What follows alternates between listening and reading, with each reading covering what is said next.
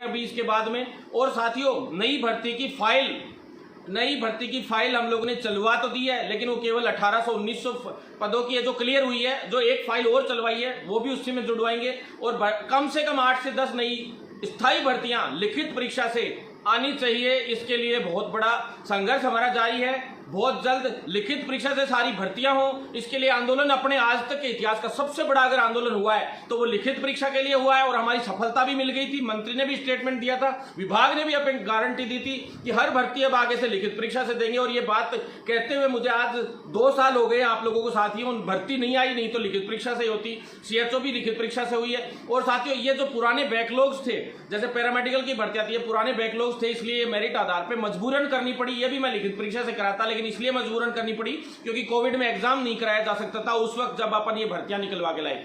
और जो LA की है, जो ये भर्तियां, ये पुरानी भर्तियां है। तो साथियों, अब आगे की हर एक भर्ती LA यानी प्रयोगशाला सहायक साथियों, तो वो सारी की सारी लिखित परीक्षा से आएंगी, लिखित परीक्षा से आएंगी, लिखित परीक्षा से आएंगी। आज से नहीं, मैं आज से 6 महीने से चिल्लाता हुआ आ रहा हूं। 8 महीने संविदा कर्मियों को हम भी नेतृत्व करते हैं, उनके लिए बोनस अंक की हम भी मांग करते हैं, लेकिन लिखित परीक्षा से सारी भर्तियां होनी चाहिए, ये हमारी मांग रहती है। लेकिन उन लोगों की तो मांग ही शुरू से अभी भी वो उन्हीं साथियों को लेके बैठे थे जो मेरिट से भर्तियां चाहते हैं, जो मेरिट आधार पर भर्तियां चाहते हैं। और अब ये कहेंगे कि लिखित परीक्षा से भर्तियां होनी चाहिए क्योंकि हम नियम जारी करवा लाए। आप सभी को पता है, सारा काम हम करवा लाए। अब नियम जारी होगा बहुत जल्दी, आप लोगों तक सारी चीज क्लियर हो जाएगी थोड़े दिन में स्थिति। उसके बाद साथियों, नई भर्ती के लिए जो पद जुड़वाने हैं, उन भर्तियों के लिए आप लोग साथ बनाए रखें। एक फाइल मैंने टोटल वैकेंसी आपको बताई थी, 8 से 9 हजार भर्तियां टोटल करवा के छोड़ेंगे।